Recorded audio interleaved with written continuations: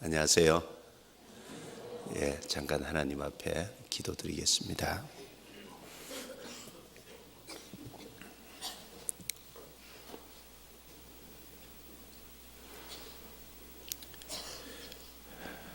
은혜로우시고 자비로우신 우리 아버지 하나님, 죄 가운데 살면서 하나님과 원수되고 그로 말미암아 심판과 형벌을 받아 영원한 지옥에 들어가야 마땅한 저희들을 주님께서 먼저 사랑해 주시고 독생자 예수 그리스도의 보혈로 우리의 모든 죄를 깨끗이 씻어 주시고 심판과 형벌의 자리에서 건져 하나님의 거룩한 자녀로 삼아 주신 것을 진정 감사합니다. 지난 주간에 주님이 함께 하셔서 그 주님이 이루신 복음을 전할 수 있는 기회를 갖게 해주시고 이번에도 많은 사람이 구원을 받게 해주심을 감사합니다. 오늘 하나님과 그리스도 예수 안에서 또 한 자리에 모이게 허락해 주신 것을 감사합니다. 이 시간 주께서 친히 함께 하셔서 하나님의 말씀으로 주님의 뜻이 무엇인지 밝히 드러내 주시고 우리 마음에 있는 의문과 갈등을 제해 주시고 말씀으로 우리 심령에 충만케 해 주시며 마음을 새롭게 해 주옵소서. 이번 연휴 기간에 가족들에게 전도할 수 있는 계기가 될 수 있도록 우리 각 사람을 사용해 주시고 주님께서 친히 도와주시옵소서. 이 자리에 함께하지 못한 형제자매들 어느 곳에 있든지 일일이 도와주시고 있는 자리에서 주님을 가까이 할 수 있도록 인도해 주옵소서.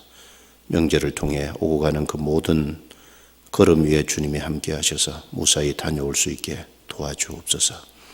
이 시간 모든 시종을 주의 능력의 손에 맡기고 부탁을 드리오니 하나님의 말씀을 통해 선하신 뜻을 더욱 깨달아 알게 해 주옵소서. 우리를 구원해 주신 주 예수님 이름으로 기도드리옵니다. 아멘. 사도행전 7장을 찾으시겠습니다.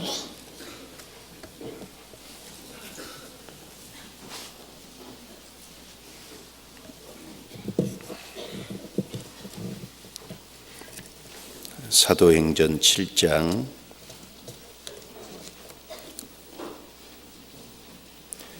37절 말씀과 38절 말씀 두 구절만 천천히 같이 읽겠습니다. 이스라엘 자손을 대하여 하나님이 너희 형제 가운데서 나와 같은 선지자를 세우리라 하셨던 자가 곧 이 모세라.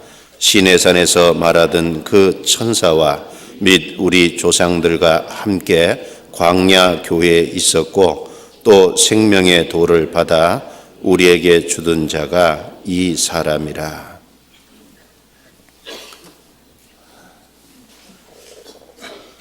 내일부터 설 연휴인데 오늘 출발하신 분이 꽤 많으신 것 같습니다. 오늘은 여기 38절 말씀에 광야 교회라는 말씀이 나오는데 광야 교회를 중심으로 해서 교회가 무엇인지 좀 말씀을 드리겠습니다. 구원을 받으면 신앙생활을 잘하기를 바라는 마음을 다 갖고 계실 겁니다. 신앙생활 그러면은 개인 생활도 신앙생활이고 가정생활, 직장생활, 또 학교 다니시는 분들은 학교생활, 그리고 사회생활, 교회생활, 이게 모두가 신앙생활입니다. 결국은 구원받은 그때부터 주님 앞에 갈 때까지 우리의 삶 전체가 신앙생활입니다. 그런데 그 중에 가장 중요한 것은 교회 생활일 겁니다. 나머지 생활은 교회 생활을 어떻게 하느냐에 따라서 나머지 생활을 잘할 수도 있고 잘못할 수도 있을 겁니다. 그런 의미에서 신앙생활은 교회 생활이다 이렇게 말해도 지나친 말은 아닐 것입니다. 그리고 구원받은 사람은 누구든지 주님 앞에 귀하게 쓰임받고 싶은 생각은 다 있을 겁니다. 주님께 쓰임받는다는 것이 무엇일까요? 교회에서 쓰임받는 것이 주님께 쓰임받는 거잖아요. 어떤 사람은 직장에서는 귀하게 쓰임받습니다. 그리고 국가적으로 아주 귀하게 쓰임을 받습니다. 그런데 교회에서는 전혀 귀하게 쓰임을 못 받습니다. 어떤 사람은 그래도 교회에서는 귀하게 쓰임을 받습니다. 이 사회생활을 하는 데는 좀 이렇게 별론데 교회에서는 귀하게 쓰임을 받아요. 누가 주님께 쓰임을 받는 사람일까요? 결국 쓰임 받는 것이 교회에서 쓰임 받는 것이 주님께 쓰임 받는 것이 아니겠습니까? 그리고 마귀가 이 세상에서 가장 두려워하는 것이 뭘까요? 하나님이 세우신 교회를 가장 두려워하는 거 아니겠습니까? 마귀는 한 사람이 구원을 받고 바르게 살면 그걸 두려워합니다. 마귀는 구원받은 사람이 한 마음이 돼서 성령의 하나되가 한 것을 힘써 지키고 합력하는 것을 보면은 마귀는 그것을 두려워할 겁니다. 그러니까 마귀는 어떻게 하든지 한 사람이 신앙생활을 바르게 못하도록 넘어뜨리려고 하잖아요. 어떻게 하든지 구원받은 사람이 연합해서 합심해서 합력하는 것을 깨뜨리려고 하지 않습니까? 마귀는 주님이 세우신 몸된 교회를 이 세상에서 가장 두려워하는 것이 맞을 겁니다. 그러니까 먼저는 개인적으로 구원받는 것이 중요할 겁니다. 구원의 문제가 확실해야 되고, 그 다음에 두 번째로 꼭 알아야 될 것이 교회가 무엇인지를 꼭 알아야 되겠습니다. 지난 주간에 집회가 있었기 때문에 오늘 교회에 대해서 좀 같이 생각을 해보기를 원하는 겁니다. 교회가 뭘까요? 교회 그러면 좀 막연하죠. 여기 광야 교회 이렇게 말씀했는데 구약 시대에는 교회라는 그 단어가 안 나옵니다. 그런데 이스라엘 백성들이 애굽에 400년 종살이하던 그곳에서 하나님이 건져내서 그리고 이 광야 40년 동안 이스라엘 백성들이 하나님의 인도하심을 따라서 이스라엘 백성들이 무리를 지어서 그 광야를 통과했는데 그것을 광야 교회다 신약에 이렇게 말씀을 했습니다. 즉 이스라엘 백성들이 40년 동안 무리를 지어서 광야에 있었던 그것을 광야 교회라고 했습니다. 즉 그것이 신약의 교회 하나의 모형이라는 겁니다. 교회 그러면 좀 추상적으로 생각할 수 있는데 교회가 무엇인지를 실물로 좀 생각할 수 있는 하나님은 실물을 우리에게 주신 겁니다. 그것이 광야 교회입니다. 그래서 이 광야 교회를 통해서 신약의 교회가 무엇이라는 걸 조금 몇 가지를 정리를 좀 해보겠습니다. 먼저 광야 교회 구성원들은 두 가지를 통과한 사람들이 광야 교회 구성원이 됐죠. 첫 번째는 양의 피를 통해서 애굽의 장자가 다 죽는 가운데 거기서 건짐받은 양의 피를 통해서 구원을 받은 사람들이 광야 교회 구성원이잖아요. 또 한 가지는 홍해를 통과한 사람들이 광야 교회 구성원이죠. 양의 피를 통해서 건짐받고 홍해를 통과한 그 사람들이 광야 교회 구성원이 됐습니다. 그럼 신약의 교회 구성원은 누가 교회 구성원일까요? 예수님 피를 통해서 구원을 받은 사람, 구원을 받았기 때문에 침례받은 사람, 그 사람이 교회 구성원이 되는 거지 않습니까? 고린도전서 5장을 찾겠습니다. 고린도전서 5장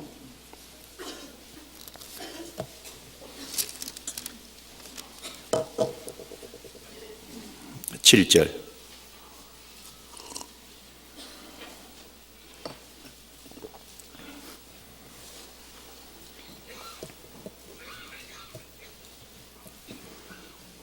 7절 같이 읽겠습니다. 너희는 누룩 없는 자인데 새 덩어리가 되기 위하여 묵은 누룩을 내어버리라. 우리의 유월절 양 곧 그리스도께서 희생이 되셨느니라. 출애굽기 12장에 그 유월절 양에 대해서 나오죠. 애굽의 장자를 하나님이 다 죽이시겠다고 말씀하시면서 그 가운데 이스라엘 장자는 피할 길을 주셨지 않습니까? 흠없는 어린 양을 준비했다가 해질 때 잡고 그 해질 때가 오후 3시입니다. 그리고 그 피를 흘려서 진문 좌우 설주와 임방에다가 바르면 내가 피를 볼 때 너희를 넘어가리라. 그 집안에 들어가 있으면 주님께서 심판에서 넘어가겠다고, 피를 볼 때 넘어가겠다고 약속해 줬습니다. 피는 이스라엘 장자들을 죽음에서 구했습니다. 그리고 그 집안에 있는 사람들은 피를 볼 때 넘어가리라는 그 주님의 말씀을 힘있고 확신을 가지고 그 안에서 양고기를 먹으면서 다음날 이제 출발할 것을 기다렸습니다. 그 유월절 양 그리고 그 흘려진 피는 바로 예수 그리스도의 하나의 그림자고 모형인 겁니다. 예수님은 우리를 위해서 대신 죽으셨습니다. 그 유월절 정확하게 양을 잡는 그 시간에 예수님이 죽으셨잖아요. 정확하게 오후 3시에, 오전 9시에 못 박혀서 오후 3시에 돌아가셨죠. 그리고 그 예수님의 피가 우리 죄를 다 해결했지 않습니까? 그래서 히브리서 9장 12절에 염소와 송아지의 피로 아니하고 오직 자기 피로 영원한 속죄를 이루사 단번에 성소에 들어가셨느니라. 염소와 송아지가 피 아니라 이제는 예수님의 피로서 우리의 영원히 죄를 용서해 주신 겁니다. 그리고 에베소서 1장 7절에도 우리가 그리스도 안에서 그의 은혜의 풍성함을 따라 그의 피로 말미암아 구속 곧 제사함을 받았으니, 예수님의 피로 제사함을 받았지 않습니까?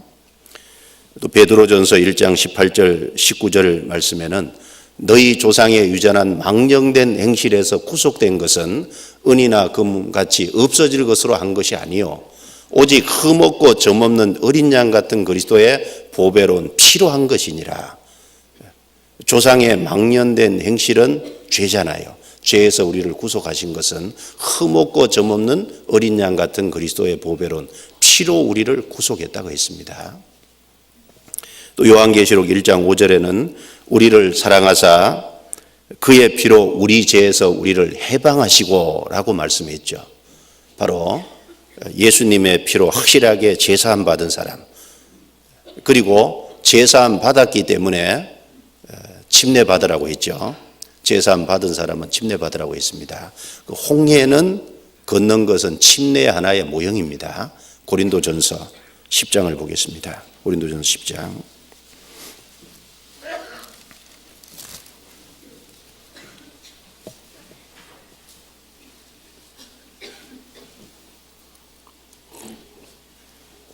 1절 2절을 제가 읽겠습니다.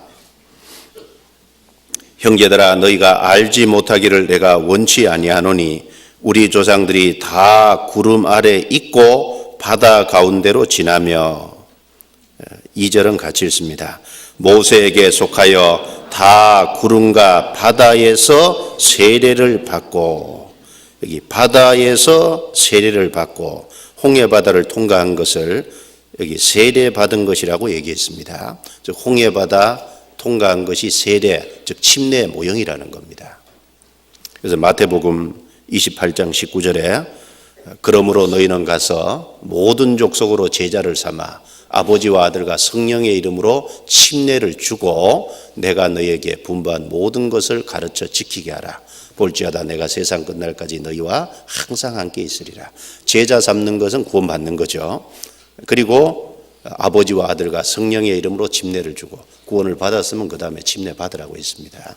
양의 피를 통과하고 홍해를 통과했듯이 예수님 피로 제사함을 확실하게 받고 바로 하나님의 자녀가 됐다는 표로서 침례를 받는, 그래서 그 두 가지를 통과한 사람이 강야교회 구성원이었듯이 예수님의 피를 통과하고 침례받은 사람이 이 교회, 신약의 교회 구성원이 되는 겁니다. 지난주에 예수님 피로 확실하게 제사함 받으신 분들은 나중에 기회 있을 때 꼭 침례 받으셔야 됩니다. 침례를 받으시면 됩니다. 그리고 출애굽 당시에 에집트가 있고 광야에 이스라엘 백성들 무리가 있었는데 하나님 보실 때 누가 더 유명한 사람입니까? 그 당시에 에집트는 가장 강력한 나라였습니다. 고대 세계의 유명한 나라였잖아요. 그런데 하나님이 보시는 관점은 다르죠. 하나님 보시는 관점은 광야에 있는 이스라엘 백성 무리, 그 광야 교회가 유명한 사람들이었습니다. 우리 시대에 하나님이 어떤 사람을 유명하게 보실까요? 구원받은 사람 무리를 유명하게 보시잖아요. 성경 고린도후서 찾아보겠습니다. 6장입니다.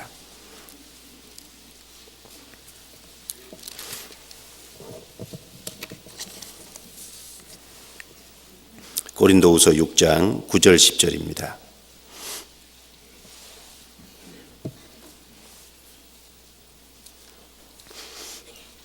같이 읽겠습니다.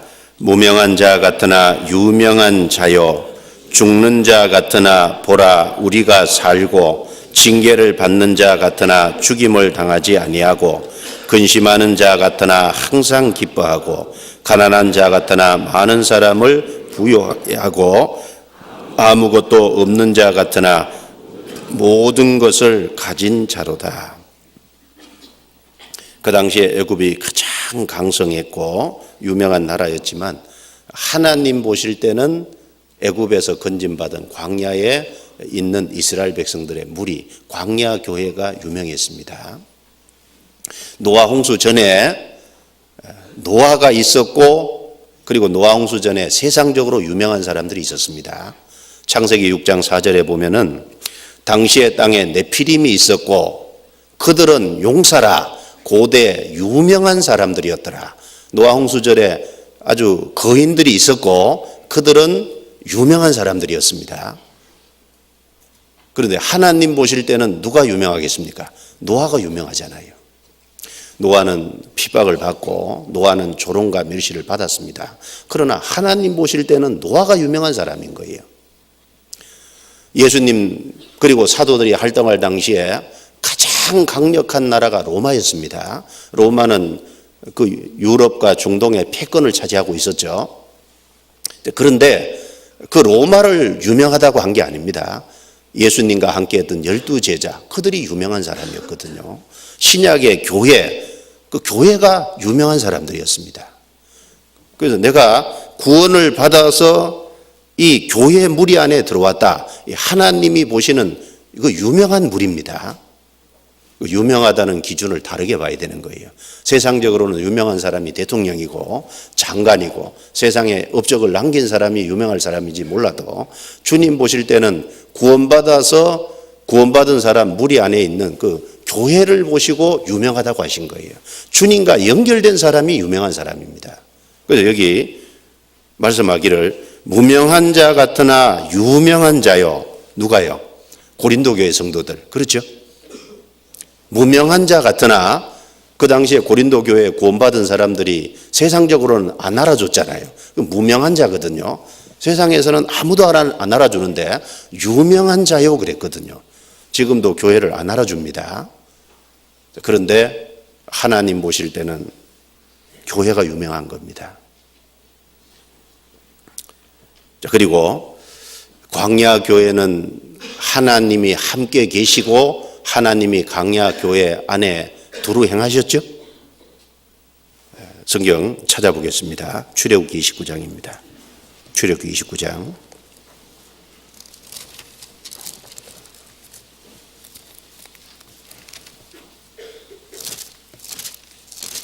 출애굽기 29장 45절 46절입니다.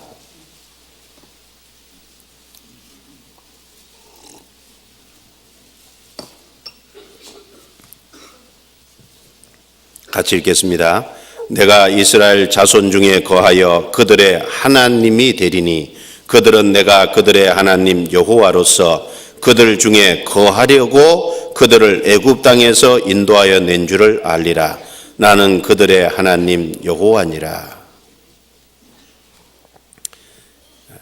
이 말씀에 내가 이스라엘 자손 중에 거하여 그들의 하나님이 되리니, 그리고 46절에도 그들은 내가 그들의 하나님 여호와로서 그들 중에 거하려고 그들을 애굽 땅에서 인도하여 낸 줄을 알리라. 왜 하나님이 이스라엘 민족을 애굽 땅에서 이끌어내셨을까요? 내가 그들 중에 거하려고. 그것이 답입니다. 하나님이 그들과 함께 하시기 위해서, 그들 중에 거하시기 위해서 애굽에 있는 이스라엘 백성을 건져내신 거예요. 그래서 레위기 26장 12절에 보면은 나는 너희 중에 행하여 너희 하나님이 되고 너희는 나의 백성이 되리라. 여기서는 거하려고, 거하여. 근데 레위기 26장 12절에는 내가 너희 중에 행하여. 그냥 거하신다는 건 단순히 가만히 계시겠다는 말이 아니죠. 그들 중에 거하시면서 그들 중에 행하여, 그 말은 역사하시겠다는 말씀입니다. 주님이 그들 중에 거해서 주님 역사를 나타내시기 위해서 그들을 불러내신 겁니다. 광야 교회에 하나님이 계신 것이 확실했죠? 그러면 신약의 교회 안에는 주님이 거하시는 게 확실하잖아요. 신약의 이 교회 안에 주님이 실제로 거하시거든요. 성경에 고린도후서 6장을 보겠습니다. 고린도후서 6장.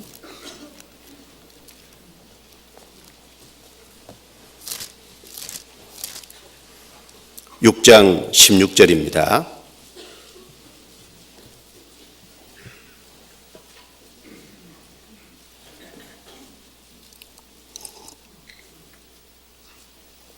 (6장 16절) 하나님의 성전과 우상이 어찌 일치가 되리요? 우리는 살아계신 하나님의 성전이라. 이와 같이 하나님께서 가라사대, 같이 읽습니다. 내가 저희 가운데 거하며 두루 행하여 나는 저희 하나님이 되고 저희는 나의 백성이 되리라 하셨느니라. 내가 저희 가운데 거하며 두루 행하여, 단지 가만히 계시는 게 아니라 거하며 두루 행하시겠다. 신약의 교회 안에 주님이 실제로 거하셔요. 그리고 주님이 그 신약의 교회 안에 주님이 두루 행하여, 그 말은 주님이 두루 돌아다니시는 겁니다. 예수님이 이스라엘 땅에 오셔서 3년 반 동안 드러내놓고 공적으로 활동하셨다 그래서 그걸 공생애라 그럽니다. 3년 반 동안 드러내놓고 이스라엘 전역을 다니셨잖아요. 활동하신 그것은 신약시대 2000년 교회 속에서 두루 역사하실 주님의 모습을 보여주신 거잖아요. 그 하나의 모형이거든요.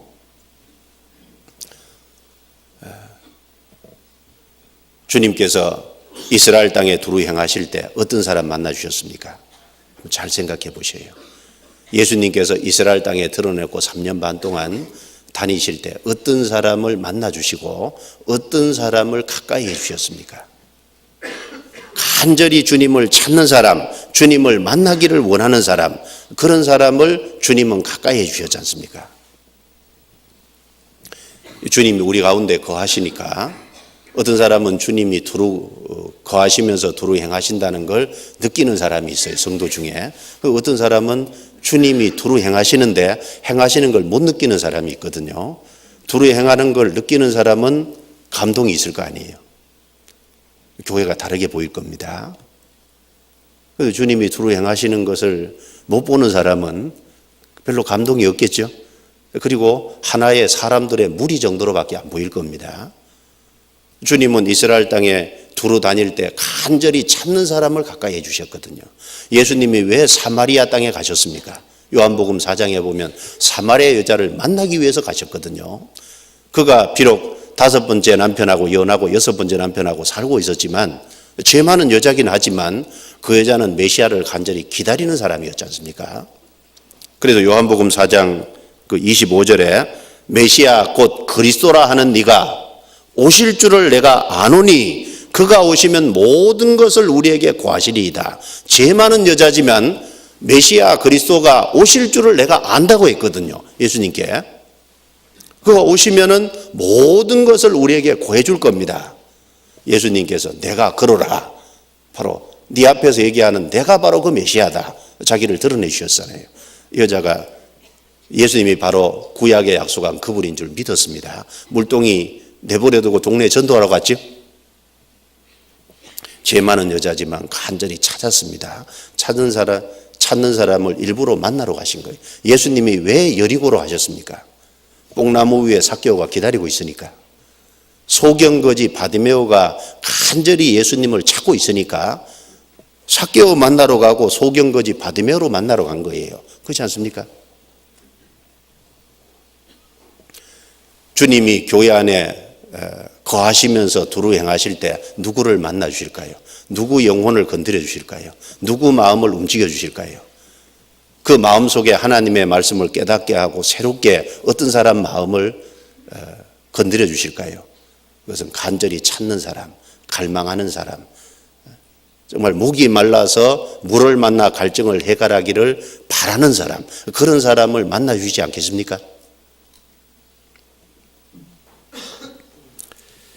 주님께서 우리 가운데 거하시는 게 맞습니다. 요한계시록 2장 찾겠습니다. 요한계시록 2장, 신약성경 요한계시록 2장 1절입니다.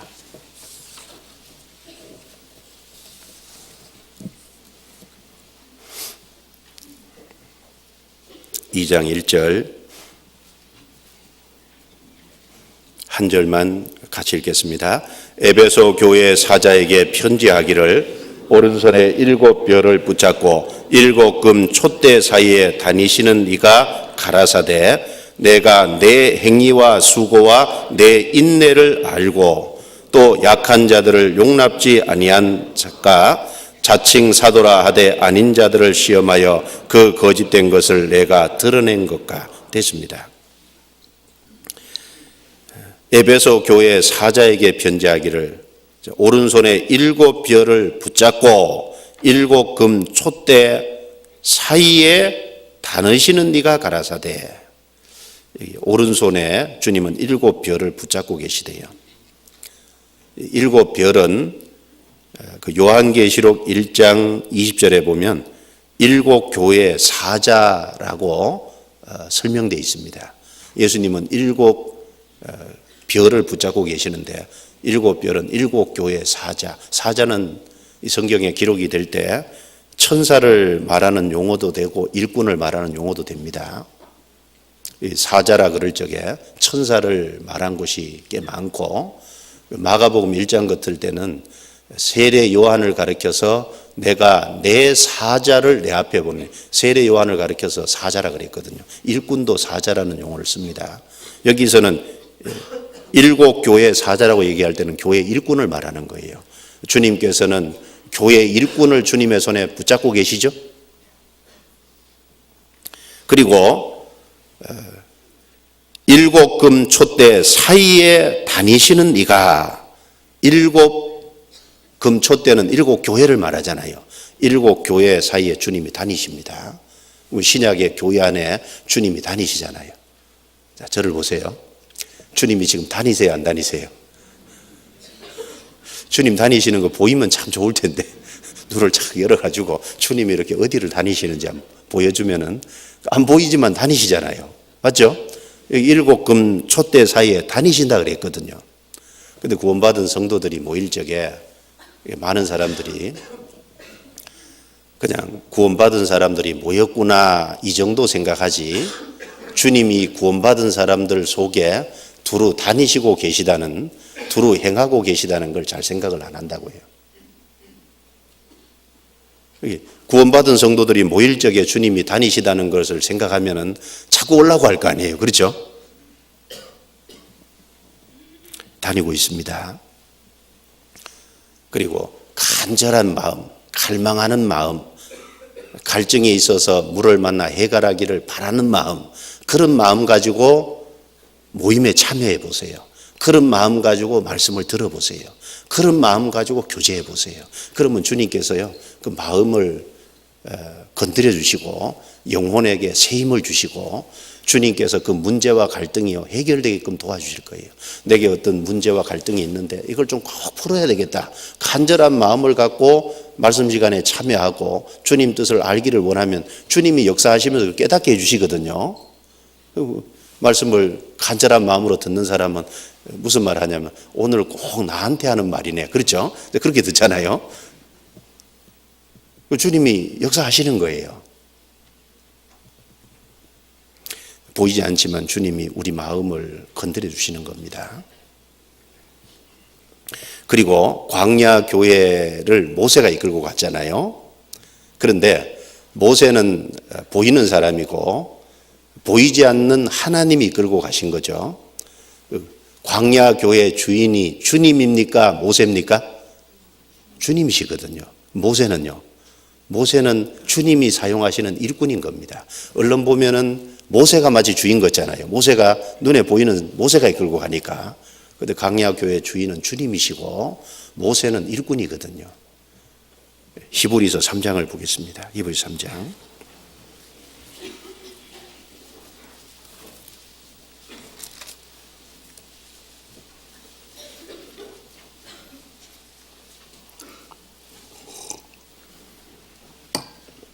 히브리서 3장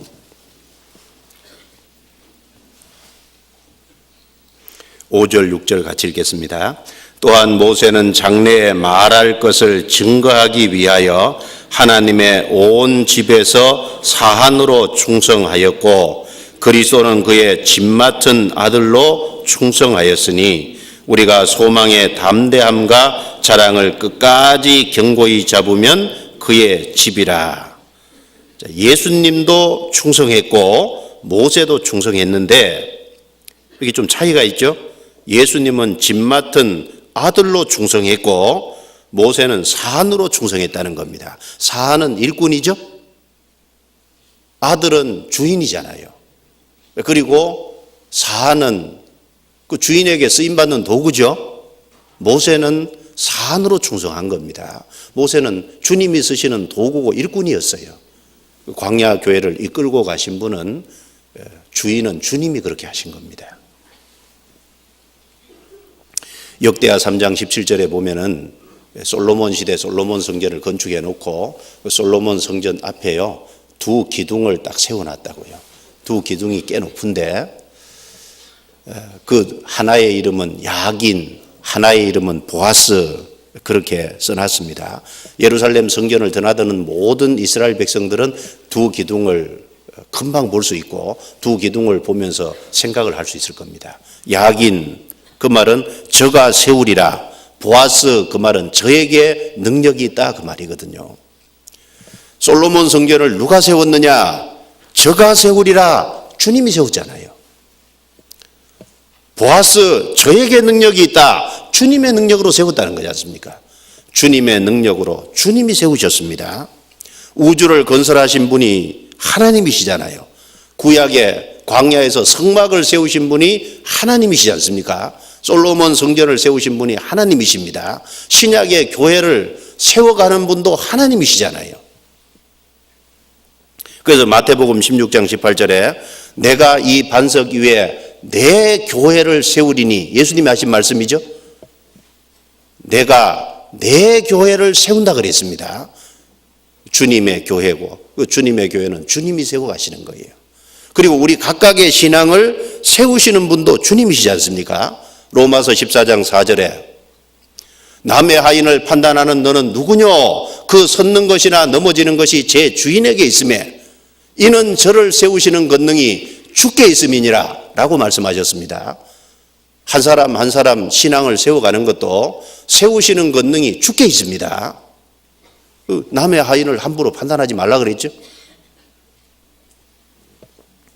그래서 우리 개인을 세우는 것도 신약의 교회를 세우는 것도 다 주님이 하시는 겁니다. 그럼 주님이 혼자 하시느냐? 그거 아니죠. 주님은 전능자이기 때문에 혼자 다 하실 수 있습니다. 그 다 하실 수 있는데 주님은 사람에게 참여할 수 있는 기회를 주시는 겁니다. 사람에게 그 동참할 수 있는 기회를 주세요. 왜요? 사람에게 은혜에 보답할 수 있는 길을 주시고 보람을 느끼게 하기 위해서 기회를 주시는 겁니다. 그래서 구약시대 성막을 세울 때 양의 피를 경험하고 홍해를 통과한 그 사람들이 바친 헌물을 가지고 성막을 세우지 않습니까? 그리고 그 성막을 세울 적에 지혜로운 사람들을 불러서 그 지혜로운 사람들을 통해서 그 성막을 건축하는 일을 했죠. 솔로몬 성전을 세울 때는 다윗과 솔로몬 시대 때 하나님을 참으로 알고 하나님께 바쳐진 그 사람들이 바친 헌물을 가지고 솔로몬 성전을 건축했지 않습니까? 신약의 교회도 바쳐진 일꾼들을 통해서 주님이 세워갑니다. 신약의 교회를 주님이 세우시는데 도구를 사용하신다 그 말입니다. 참으로 하나님 앞에 구원을 받고 은혜에 보답하고자 하는 마음을 가진 사람들, 그런 사람들의 통해서 주님이 신약의 교회를 세워가시지 않습니까? 성경 에베소서를 보겠습니다. 5장, 에베소서 5장.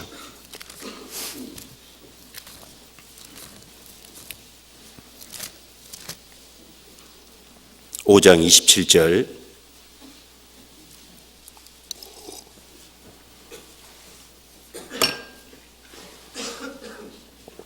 에베소서 5장 27절.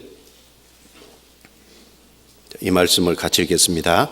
자기 앞에 영광스러운 교회로 세우사 티나 주름 잡힌 것이나 이런 것들이 없이 거룩하고 흠이 없게 하려 하심이니라. 자기 앞에 영광스러운 교회로 세우사, 주님이 그렇게 세워가시죠.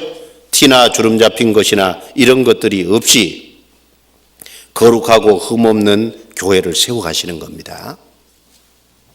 그런데 세워가실 때 바쳐진 일꾼들이 필요하죠. 에베소서 4장 11절 12절입니다. 11절 12절 같이 읽겠습니다. 그가 혹은 사도로 혹은 선지자로 혹은 복음 전하는 자로 혹은 목사와 교사로 주셨으니 이는 성도를 온전케 하며 봉사의 일을 하게 하며 그리스도의 몸을 세우려 하심이라. 그리스도의 몸, 교회지 않습니까? 그리스도의 몸을 세워가실 때 사도, 선지자, 사도, 선지자는 초대교회로 지나갔죠. 복음 전하는 자 혹은 목사와 교사, 이런 일꾼이 필요하고, 이런 일꾼만 필요한 게 아니라 이는 성도를 온전케 하며 봉사의 일을 하게 하며, 이제 구원받은 사람이 성도지 않습니까? 그 구원받은 그 형제 자매들, 구원받은 성도들, 하나님의 말씀을 받아가지고 그 하나님의 말씀을 통해서 성장한 사람들, 그런 사람들이 봉사의 일을 하게 하며 그랬죠. 봉사의 일을 맡겨서 그분들이 이제 봉사의 일을 적당한 위치에서 할 때 그리스도의 몸이 세워져 가는 거예요. 그래서 전도자도 필요하고 그리고 바쳐진 많은 일꾼들이 거기 필요한 겁니다. 주님은 혼자 할 수 있지만 참여할 수 있는 기회를 주신 겁니다. 은혜에 보답할 수 있는 기회를 주시고 그렇게 함으로써 우리 삶의 보람을 가지고 살아갈 수 있도록 우리에게 기회를 주시는 겁니다. 그래서 이 신약의 광야 교회 자체가 주인이 주님이시고 모세가 일꾼이고 또 그 쓰임받는 일꾼들이 거기 많았던 것처럼 신약의 교회도 주인은 주님이십니다. 그리고 그 바쳐진 많은 일꾼들을 통해서 그 신약의 교회를 세워가시는 거예요. 그 동일합니다. 그리고 광야 교회는 질서가 있었죠. 이스라엘 백성들이 애굽에서 나올 때요, 애굽에서 나올 때만 해도 오합지졸이지 않습니까? 장정 숫자가 한 60만인데 애굽에서 나올 때만 해도 그냥 우르르 몰려 나온 거예요. 뭐 거기에는 질서도 없고 특별한 것이 없었습니다. 그냥 우르르 몰려 나왔는데 이제 양의 피를 통해서 거기에서 건진받아서 나오고 홍해를 통과하고 난 다음에 이제 시내산 밑에서 율법을 받고 성막을 건축하고 하면서 이스라엘 사람들의 수를 세고 그러면서 체계를 갖추어 갔죠. 먼저 하나님께 받은 성막을 건축해서 성막을 중심으로 해서 동서남북 12지파니까 3지파씩 진을 치게 만들었습니다. 그리고 이스라엘 백성들의 무리 속에서 1000부장, 100부장, 50부장, 10부장 이런 걸 세운 거예요. 쉽게 말하면 우리 시대 봉사회장, 어머니 회장, 그리고 구역장, 조장 이런 일들을 세운 겁니다. 일할 어떤 일꾼들을 세운 거예요. 그리고 이스라엘 백성들의 수를 세워서 군대를 조직하잖아요. 수를 민수기 1장에 보면 수 세는 거 나오죠. 군대를 조직해서 딱 질서 정연하게 딱 만든 겁니다. 하나님은 질서의 하나님이시거든요. 그래서 고린도전서 14장에 보면 하나님은 어지러움의 하나님이 아니시오 오직 화평의 하나님이시니라. 어지러움은 반대말은 질서죠. 질서가 있을 때 거기 화평이 있거든요. 하나님은 질서의 하나님이에요. 우주 만물을 한번 보세요. 그리고 하나님이 만들어 놓은 걸 보세요. 얼마나 정교하고 다 질서가 있지 않습니까? 우주 만물도 정교하고 질서가 있잖아요. 하나님이 우리에게 주신 성경도 물론 모르는 사람이 보면은 무슨 말인지 모르지만 깨닫고 성경을 계속 읽어가면 성경이 얼마나 질서롭게 되어 있는지 모르거든요. 통일성을 다 갖고 있지 않습니까? 하나님은 무엇을 하든지 질서롭게 하시는 겁니다.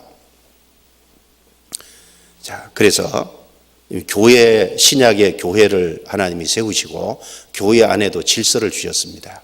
우리가 신약의 교회 안에서 질서를 꼭 두 가지를 반드시 기억할 필요가 있습니다.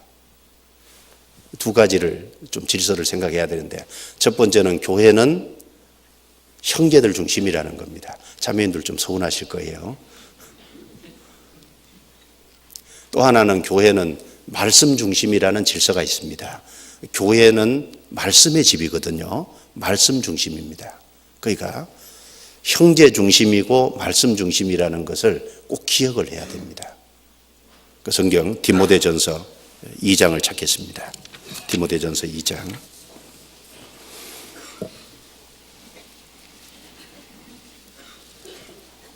디모데전서 2장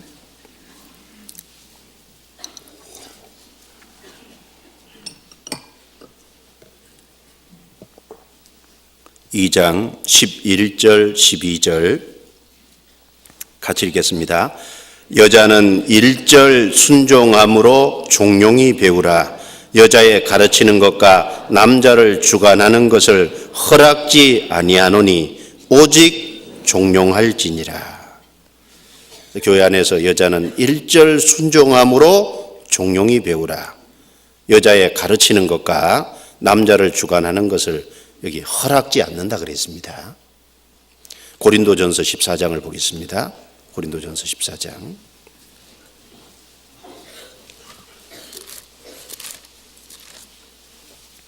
고린도전서 14장 33절.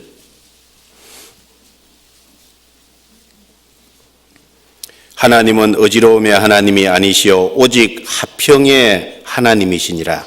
모든 성도의 교회에서 함과 같이 여자는 교회에서 잠잠하라. 저희의 말하는 것을 허락함이 없나니 율법에 이른 것 같이 오직 복종할 것이요 만일 무엇을 배우려거든 집에서 자기 남편에게 물을 지니 여자가 교회에서 말하는 것은 부끄러운 것임이니라. 하나님의 말씀이 너희에게로부터 난 것이냐 또는 너희에게만 임한 것이냐. 다른 생각이 있을지라도 하나님께 받은 거다 그 말이거든요. 그래서 이 첫 번째는 교회는 형제 중심이라는 겁니다. 얼른 들으면은 자매님들은 좀 서운하죠. 이 자매님들 중에도 대장부 같은 분들이 계신데 대장부 같은 분이 계셔서 막 앞에서 좀 해보고 싶은데 이 여자는 교회에서 잠잠하라. 남자를 가르치는 것과 주관하는 것을 허락지 않는다 그러니까 어떤 분은 그걸 되게 싫어하는 분이 있어요. 그런데 그게 맞아요. 가만히 생각해 보세요. 여자는 세심합니다. 여자는 아주 꼼꼼하잖아요. 그런데 남자는 대범하고 넓게 본다는 것이 특징인 겁니다. 남자는 세심하진 않잖아요. 그런데 남자는 아주 대범하고 넓게 보거든요. 그러니까 하나님이 남자와 여자를 만드시고 역할을 다르게 두신 거예요. 그래서 시편 144편 12절에 보면 이런 말씀이 기록되어 있습니다. 이 아들들은 어리다가 장성한 나무 같다. 남자는 어리다가 장성한 나무에다 비교했고, 그리고 딸들은 궁전의 식양대로 아름답게 다듬은 모퉁이 돌에다 비교했습니다. 궁전의 식양대로 아름답게 다듬은 모퉁이 돌. 그러면 남자는 나무에다 비교를 하고 여자는 모퉁이 돌에다 비교했잖아요. 왜 그렇게 비교했을까요? 이 집을 짓는데 나무는 드러난 거죠. 모퉁이 돌은요, 밑에 보이지 않는 기초죠. 여자는 서포트하는 위치로서 하나님이 원래 그렇게 만드신 거예요. 하나님이 만드실 때 그렇게 만드신 거거든요. 그래서 남자는 대범하고 넓게 보니까 중요한 일들을 해나가고, 여자는 세심하니까 그걸 받쳐주는 기초로서 그렇게 해나갈 수 있도록 하나님이 역할 분담을 시킨 거거든요. 그래서 시편 128편 1절 2절에도 보면은 가정에서 여자의 위치가 내 집 내실에 있는 내 아내는 그렇게 말씀합니다. 남자는 바깥 활동을 하도록 하나님께서 원래 그렇게 지었고, 여자의 위치는 내실이라 그랬잖아요. 내 집 내실에 가정에서 그것을 서포트하고 가정에서 그걸 받쳐주는 그런 역할을 하도록 되어 있는 겁니다. 하나님이 몰라서 그렇게 하셨겠어요? 가장 지혜로우시고 무한하신 지혜를 가지신 그분께서 그렇게 했을 때는 다 이유가 있을 겁니다. 그래서 고린도전서 11장에 보면은 여자의 머리는 남자요, 남자의 머리는 그리스도요, 그리스도의 머리는 하나님이시니라, 그 위치를 딱 주신 겁니다. 그래서 일단 교회 안에서 하나님께서 질서 하나를 주셨는데 형제 중심으로 이끌어 가도록 여자는 그 모든 것을 받쳐주는 역할로 그렇게 할 수 있도록 그렇게 하셨구나. 그걸 첫 번째는 이해를 해야 됩니다. 그래서 우리 교회 안에 보면 자매님들이 참 부지런히 수고하시죠. 형제님들이 중요한 일을 결정하고 해나가는데 그 자매님들은 그 뒤에서 그걸 잘 받쳐줘요. 참 얼마나 감사한지 모르잖아요. 주님이 역할 분담시키시는 걸 잘하고 있는 겁니다. 그리고 또 하나는 교회는 말씀의 집이라 그랬죠. 그러니까 말씀 중심이 되고, 그러다 보니까 자연스럽게 말씀을 전하는 사람 중심이 될 수밖에 없게 돼 있는 겁니다. 그래서는 교회에서는 가르치는 자가 있고 가르침을 받는 자가 있는 겁니다. 그래서 갈라디아서 6장 6절에 보면 가르침을 받는 자는 말씀을 가르치는 자와 모든 좋은 것을 함께하라. 가르침을 받는 자가 있고 가르치는 자가 있다고 되어 있지 않습니까? 그 성경 디모데전서 5장을 찾겠습니다. 디모데전서 5장.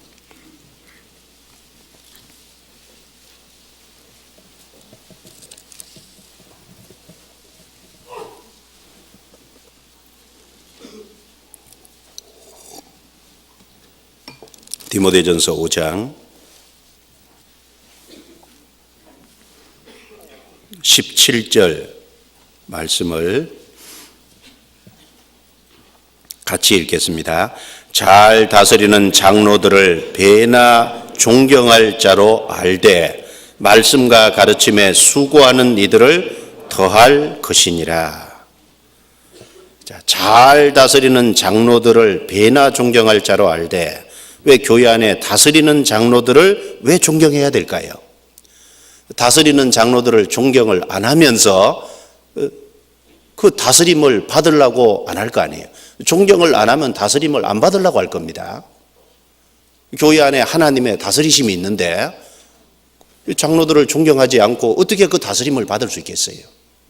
말씀과 가르침에 수고하는 이들을 더할 것이니라. 왜 말씀과 가르침에 수고하는 사람들을 존경하라고 했냐면은 그 사람 개인을 위해서가 아니고 하나님의 말씀 때문에 그런 겁니다. 말씀을 전하는 사람을 존경을 안 하면은 그 사람이 전하는 말씀도 무시할 거 아니에요. 예를 들면 어떤 전도하는 사람을 삐딱한 마음을 가지고 보면은 그 사람이 하나님의 말씀을 대언할 때 그 말씀이 자기에게 오겠어요? 그 말씀을 그대로 안 받아들일 거 아니에요. 말씀 때문에 그런 겁니다. 그 사람이 주님의 일을 하고 있기 때문에 그런 거예요. 그 사람 개인을 위해서 존경하라고 한 게 아닙니다. 성경 데살로니가 전서 5장도 보겠습니다. 앞쪽에 데살로니가 전서 5장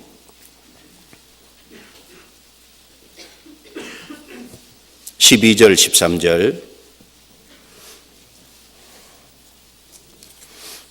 12절 13절입니다.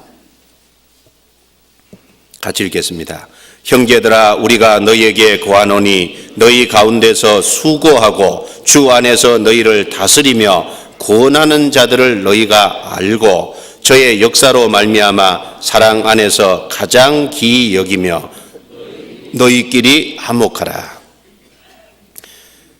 저의 역사로 말미암아, 이 존경하라고 기이 여기라는 것은 저의 역사로 말미암아 그 사람이 주님의 일을 하고 있기 때문에 그렇게 하라는 겁니다. 그래서 한 사람 신앙 넘어뜨리는 거 간단합니다.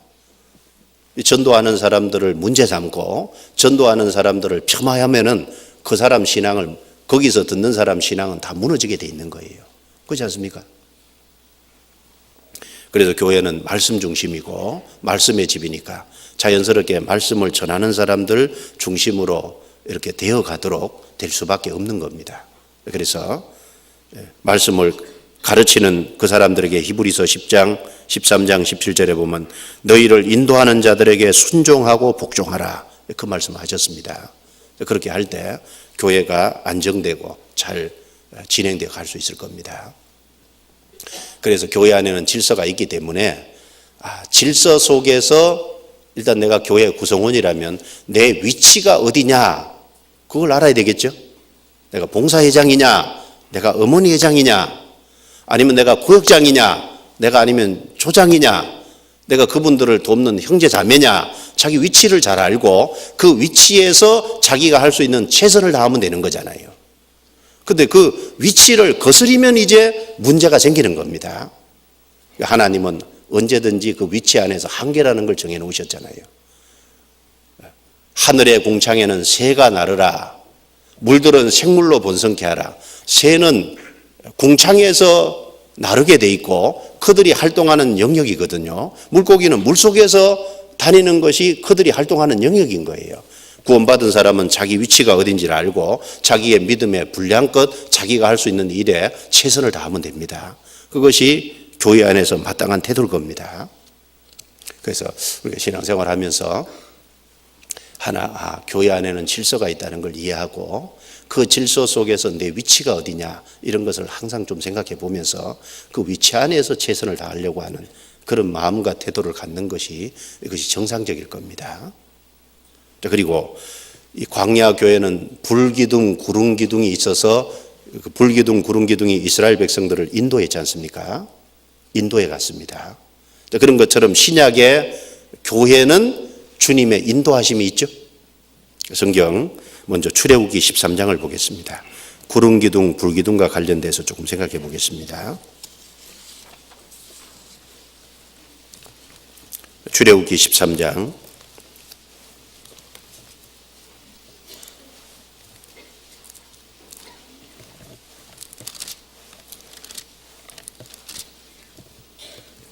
13장 21절입니다. 22절,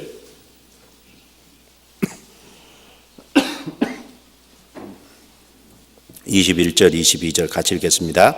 여호와께서 그들 앞에 행하사 낮에는 구름 기둥으로 그들의 길을 인도하시고 밤에는 불 기둥으로 그들을 비치사 주야로 진행하게 하시니 낮에는 구름 기둥, 밤에는 불 기둥이 백성 앞에서 떠나지 아니하니라. 하나님께서 이스라엘 백성들 광야교에 불기둥, 구름기둥을 두시고 구름기둥으로 그들을 여기 인도하시고 그 다음에 불기둥으로 그들에게 비치사 주야로 진행하게 하시니, 불기둥, 구름기둥은 그들을 인도하는 역할, 그리고 진행하게 하는 역할, 그런 역할들을 불기둥, 구름기둥이 한 겁니다. 물론 이 광야는 낮에는 너무 뜨겁죠. 그래서 구름기둥이 있어서 그 더위를 식혀주는 역할도 하고, 밤에는 너무 추우니까 불기둥을 두셔서 하나님이 따뜻하게 그들을 대표주는 그런 역할도 하게 하셨지만, 그 역할뿐 아니라 중요한 역할은 불기둥, 구름기둥이 인도하는 역할을 했다는 겁니다. 앞으로 진행하게 나아가는 그런 역할들을 했다는 거예요. 또 하나 민수기 9장을 보겠습니다. 민수기 9장에도 동일한 취지의 말씀이 기록되어 있습니다. 민수기 9장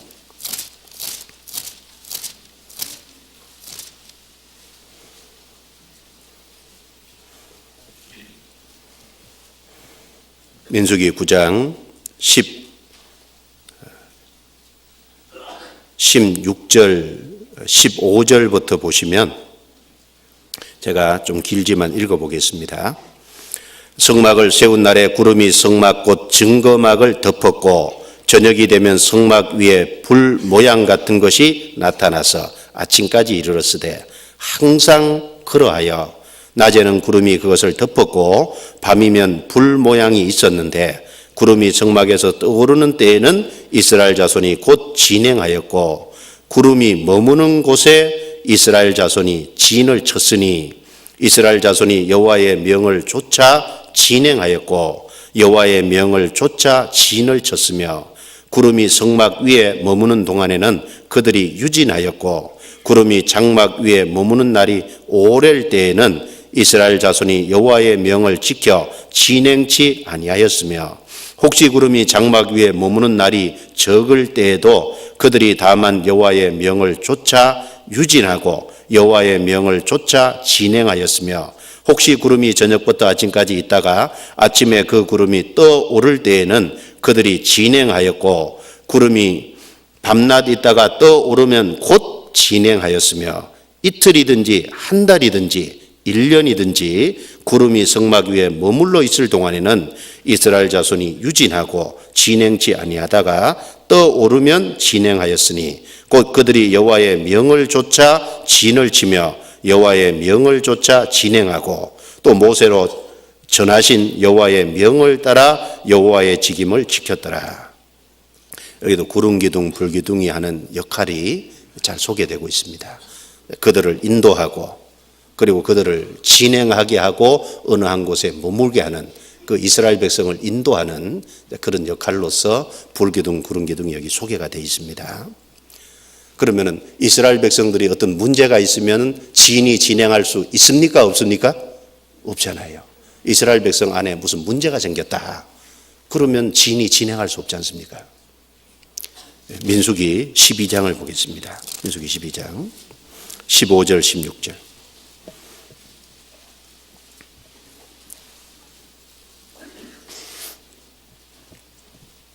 15절 16절 같이 읽겠습니다. 이에 미리암이 진 밖에 7일 동안 갇혔고 백성은 그를 다시 들어오게 하기까지 진행치 아니하다가 그 후에 백성이 하세롯에서 진행하여 바란 강야에 진을 치니라. 여기 미리암이 진 밖에 7일 동안 갇혔고 그래서 진행치 아니하다가 진행을 못한 거예요. 이 사건은 아시죠? 모세가 구스 여자를 아내로 취했습니다. 아마 이때가 십보라가 자기 아내가 죽은 이후였을 것으로 생각이 됩니다. 그리고 이 구스 여자가 아마 이제 여호와 하나님을 믿는 신앙을 가진 인물이었을 겁니다. 그래서 모세가 일종의 재혼을 한 건데 그래서 하나님을 믿는 사람이었기 때문에 아마 문제가 없었을 거고 그래서 하나님도 모세를 책망하지 않았습니다. 그런데 그것을 가장 가까이에 있던 형 아론하고 미리암이 문제를 삼아서 모세를 비난을 했습니다. 모세는 이스라엘 백성을 인도해가는 보이는 일꾼인데 모세의 위상이 흔들리면 이스라엘 백성을 인도해 갈 수가 없거든요. 하나님께서 이 아론과 미리암을 꾸짖으면서 미리암이 문둥병이 들게 만들어 버리지 않습니까? 그래서 미리암이 성진 밖에 내보내서 7일 동안 갇혀 있었습니다. 문제가 생긴 거예요. 진이 진행할 수가 없는 겁니다. 이스라엘 백성들이 목적지는 가나안이기 때문에 가나안을 향해서 계속 가야 되는 거잖아요. 가야 되는데 여기 진행할 수가 없는 겁니다. 문제가 있으면 진행치 않았거든요. 문제가 풀리면 하나님이 다시 진행할 수 있도록 이렇게 이끌어 주셨습니다.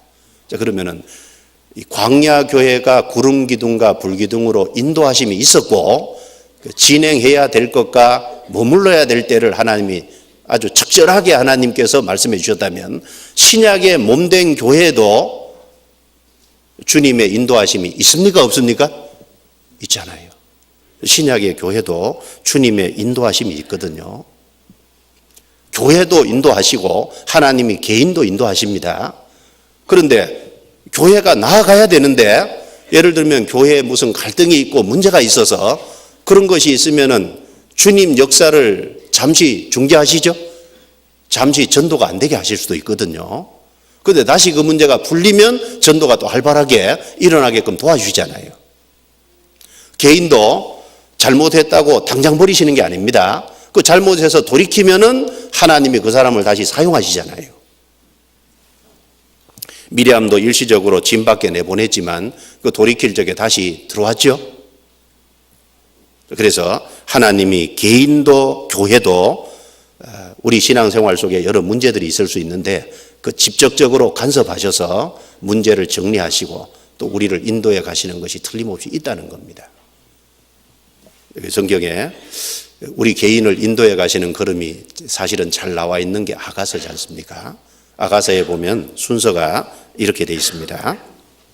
아가서 1장 1절에 보면은 내게 입맞추기를 원한다라고 했습니다. 입맞추는 것이 구원이죠. 시편 2편에 보면은 그 아들에게 입맞추라. 그렇지 않으면 진노가 급하심이라. 아들에게 입맞추는 건 아들이 이루어 놓으신 그 사실을 받아들이고 아들과 올바른 관계를 맺는 겁니다. 구원이라고 할 수 있죠. 구원받은 사람을 아가서 1장 4절에는 왕이 나를 친궁으로 이끌어 들이시니, 왕이 나를 친궁으로 이끌어 들이신다. 친궁은 교제하는 장소죠. 우리를 구원하신 이후에 주님은 우리에게 교제의 자리로 인도하시잖아요. 구원받은 사람은 하나님과의 교제가 있습니다. 그래서 요한 1서에 보면은 하나님은 빛이시라 그에게는 어둠이 조금도 없으시니라. 그 주님과 교제하기 위해서는 우리에게 있는 잘못된 것을 버려야, 우리가 빛 가운데 걸어가야 주님과 사귑니다 그랬습니다. 그리고 구원받은 성도와 더불어 사귀는 교제가 있지 않습니까? 교제의 자리로 인도하십니다. 그 다음에 아가서 2장 4절에 보면은 왕이 이끌어서 잔치집에 들어갔다 그랬습니다. 잔치집은 공급하는 곳이죠. 잔치집은 많이 먹을 수 있는 곳이잖아요. 하나님이 우리를 잔치집으로 이끌어 들이십니다. 그리고 아가서 2장 10절에 보면은 나의 사랑 나의 어여쁜 자야 함께 가자. 겨울도 그치고 비도 그쳤다.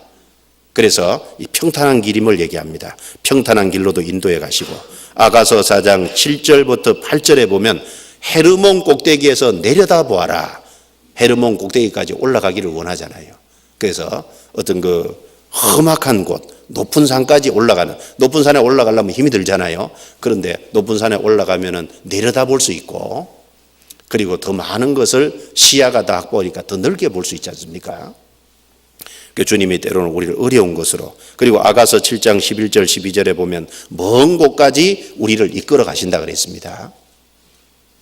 그래서 개인도 인도하심이 있고 교회도 인도하심이 있고, 그래서 불기둥 구름기둥이 인도하시고 때로는 가야 될 곳에 진행하게 하고, 그리고 때로는 어디에 머물러 가야 될 곳에 머물게 하는 그런 것이 있는 것처럼 우리의 삶에 주님께서 간섭하셔서 우리가 나아가야 될 때, 우리가 좀 머물러야 될 때, 그리고 우리가 어떻게 행해야 될지 그 각각의 삶 속에서 지혜를 주시고 이끌어 가시는 것이 틀림없이 있습니다. 주님의 인도하심이 있습니다. 있죠? 있습니다. 너는 범사에 그를 인정하라. 그리하면 내 길을 지도하시리라. 잠언 3장에 그렇게 말씀하셨습니다. 그리고 강야교회는 주님이 계시니까 강야교회 이스라엘 백성들에게 필요한 것을요 풍족히 내려주셨거든요. 그들에게 물도 주고, 그리고 그들에게 만나도 주고, 그들에게 고기도 주고, 그들이 필요한 양식은 충분히 공급해 주신 거예요. 그런데 이스라엘 백성들은 계속 불신의 소리를 냈지 않습니까? 시편 78편 보겠습니다. 시편 78편. 자, 그 보기 전에 신명기부터 찾겠습니다. 신명기 2장. 신명기 2장.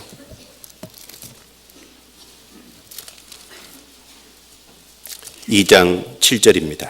2장 7절.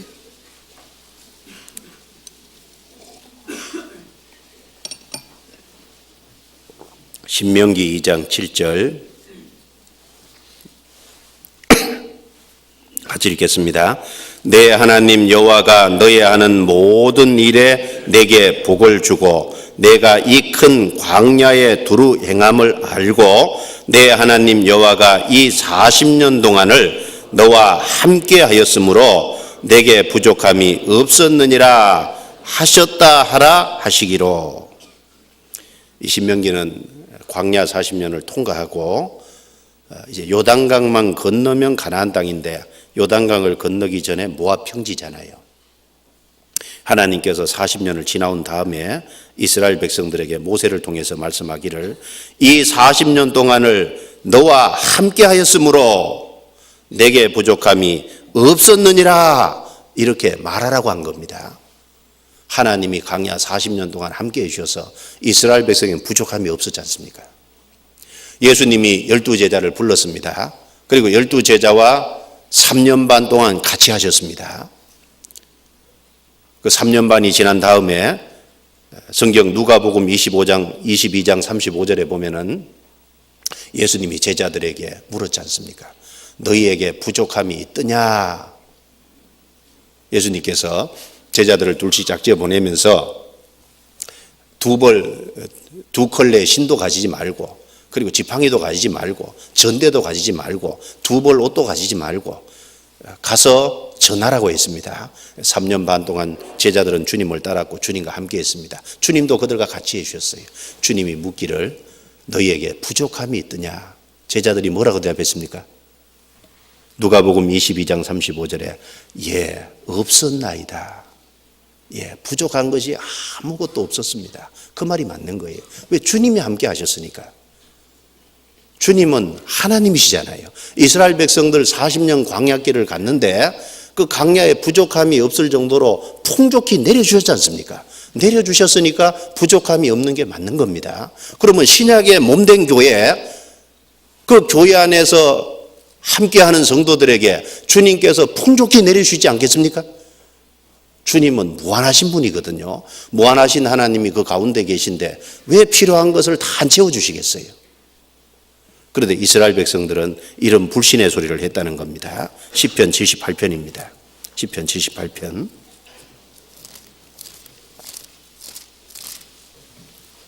78편 19절 20절입니다. 19절 20절.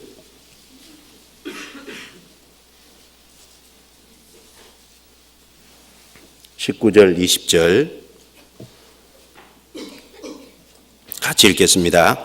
그뿐 아니라 하나님을 대적하여 말하기를 하나님이 광야에서 능히 식탁을 준비하시랴 저가 반석을 쳐서 물을 내심에 시내가 넘쳤거니와 또 능히 떡을 주시며 그 백성을 위하여 고기를 예비하시라 하였도다. 불신의 소리지 않습니까? 하나님이 광야에서 능히 식탁을 준비하시랴? 하나님이 그렇게 할 수 있겠느냐? 이스라엘 백성들이 200만이지 않습니까?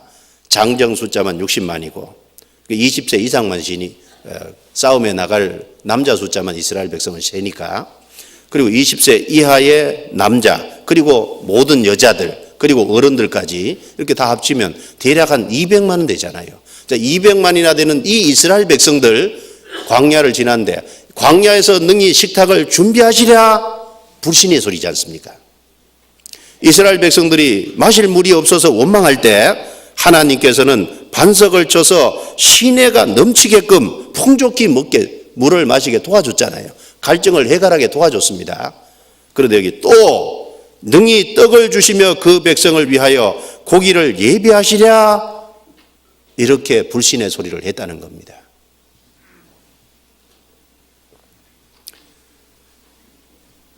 주님이 우리 가운데 계십니다. 주님은 필요한 것을 충분히 내려주실 수 있는 능력이 있는 거예요. 그래서 베드로후서 1장 4절에 생명과 능력에 속한, 경건에 속한 모든 것을 우리에게 주셨다 그랬거든요. 생명도 주시고 경건에 속한 모든 것을 얼마든지 주실 수 있는 능력이 있는 겁니다. 은혜 위에 은혜로라. 구원의 은혜도 주시고 삶 속에 필요한 은혜도 주십니다. 생명을 얻게 하고 더 풍성히 얻게 하려는 것이라 생명, 구원받는 생명도 주시고 더 풍성한 생명도 우리에게 내려주실 수 있는 주님이 우리 가운데 계시는 거예요. 주님 계시는 겁니다. 그런데 광야교회에 사람들이 결핍한 사람들이 생겼죠. 왜 결핍한 사람들이 생겼습니까? 만나를 충분히 내려줬잖아요. 충분히 내려줬는데 왜 결핍한 사람이 생깁니까? 안 먹어서 그런 거예요. 왜 안 먹습니까? 왜 안 먹냐 하면은 게으른 사람은 일단 못 먹게 돼 있잖아요. 그래서 출애굽기 16장에 보면은 해가 떠오르면 만나가 내렸지만 해가 떠오르면 다 쓰러졌다 그랬죠? 그러니까 부지런한 사람만 그걸 만나를 거둘 수 있는 거니까 하나님이 영적인 양식을 풍성히 내려주시는데 부지런한 사람은 주일 말씀에도 참여하고 수요 말씀도 참여하고 구역 모임, 조모임 여러 모임들에 참석해서 식량을 거두잖아요. 그런데 부지런하지 않은 사람은 못 거두는 거예요. 세상적으로는 부지런한데 영적으로는 참 게으른 사람이 많거든요. 신앙적으로 게으른 거예요. 그러니까 충분히 못 거두지 않습니까? 그리고 만나는 단단했다고 되어 있습니다. 성경에 보면. 그러니까 만나를 걷어서 그냥 먹을 수 없어요. 그걸 절구에 빻아서 자기가 먹을 수 있도록 작업하는 그 작업이 필요한 거예요. 우리가 모임에서 말씀을 거두고 하나님의 필요한 내려주신 양식을 거두는데 그게 자기에게 적용이 돼야 되잖아요. 그렇죠? 자기 삶의 어떤 부분에 적용되는지 자기가 소화할 수 있도록 수고하고 소화할 수 있도록 그 작업하는 게 필요합니다. 그런 작업이 없이 바로 들어오는 게 아니지 않습니까? 그리고 이스라엘 백성들이 만나를 충분히 내려줬는데 안 먹은 사람들은 첫 번째는 게을러서 그렇고 두 번째는 그걸 걷어가지고 먹을 수 있도록 요리해야 되는데 그 수고를 안 해서 그렇고 또 한 가지는 다른 맛에 취한 사람들은 만나를 싫어했다고 되어 있습니다. 민수기 11장입니다. 넘겨보겠습니다. 민수기 11장.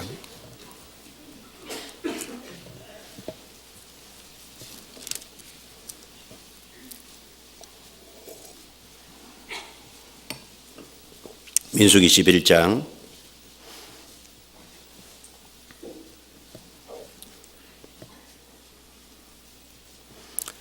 4절부터 제가 읽습니다.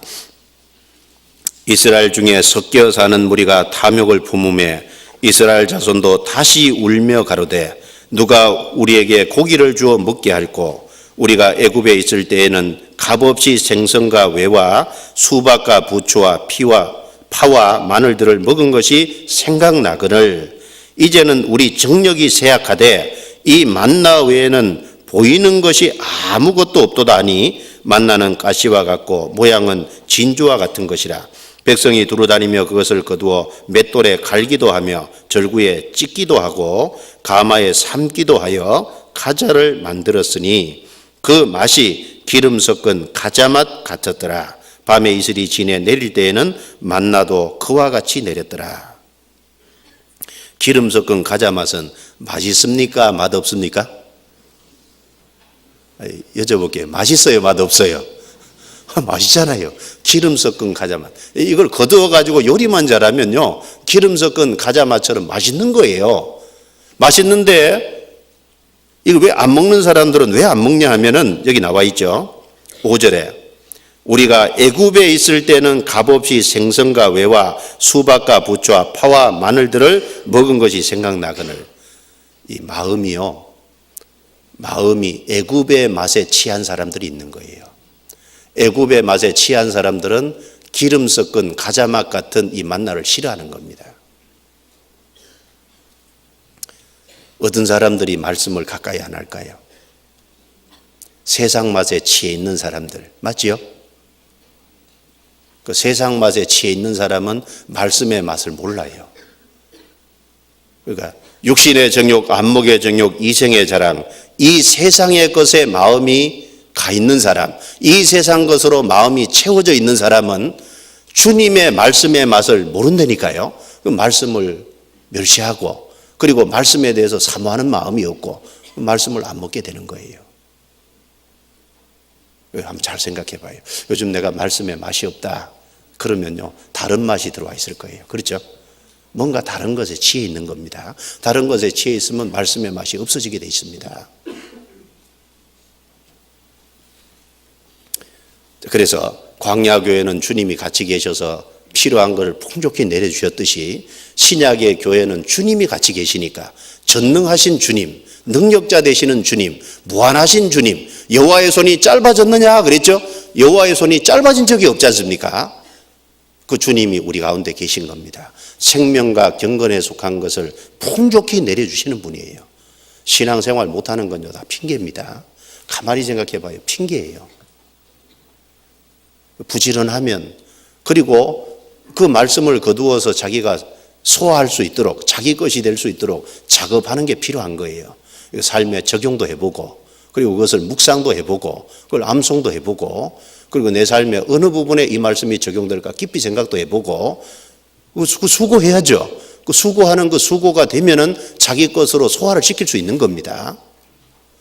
그리고 세상 맛에 안 취하면은 주님 말씀이 맛이 가장 나잖아요. 평생에 자기 옆에 두고 읽어서 그 하나님 여호와 경외하기를 배우라 그랬는데 그 말씀의 맛이 얼마나 달아요. 그리고 광야교회는 또 한 가지 깨끗하게 하는 역사가 있었습니다. 이 광야교회 안에요 붙어 있고 싶어도 못 있는 경우들이 있었어요. 왜? 문제 있으면 진 밖에 내보내버렸거든요. 자기가 붙어 있고 싶어도 하나님이 진 밖에 내보내는 경우가 있죠. 이 교회는 인간들의 모임이 아닙니다. 주님이 주인으로 계신 거예요. 주님이 주인으로 계시니까 문제가 있으면 시간 지나면 드러나게 하신다고요. 드러나게 하셔서 정리하는 것이 있거든요. 참 무서운 얘기죠. 성경 민수기 5장을 찾겠습니다. 민수기 5장.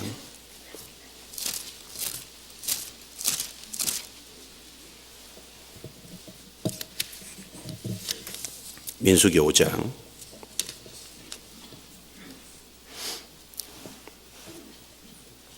1절부터 4절입니다.